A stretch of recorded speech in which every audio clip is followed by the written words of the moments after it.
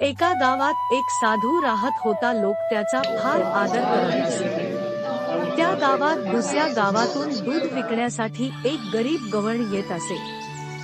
सर्वात प्रथम ती साधूला दूध आणून देत असे.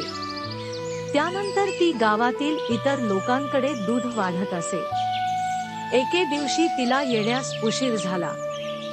साधूने तिला कारण विचारले तेव्हा तिने उत्तर दिले, आज नदी पार करायला नाव उशिरा मिळाली, त्यामुळे येण्यास उशीर झाला.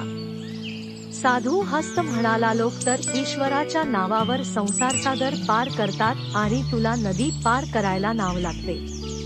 असे वाटते की तुला ईश्वरावर विश्वास नाही. त्या भोळ्या गवळणीवर या बोलण्याचा खूपच परिणाम झाला.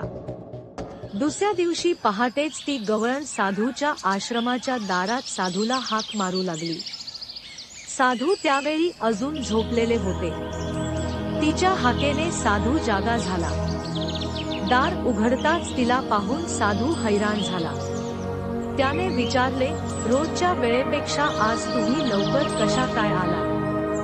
गवळण म्हणाली, महाराज, तुमच्या उपदेशाने माझे काम झाले. नावेची समस्या कायमची संपली.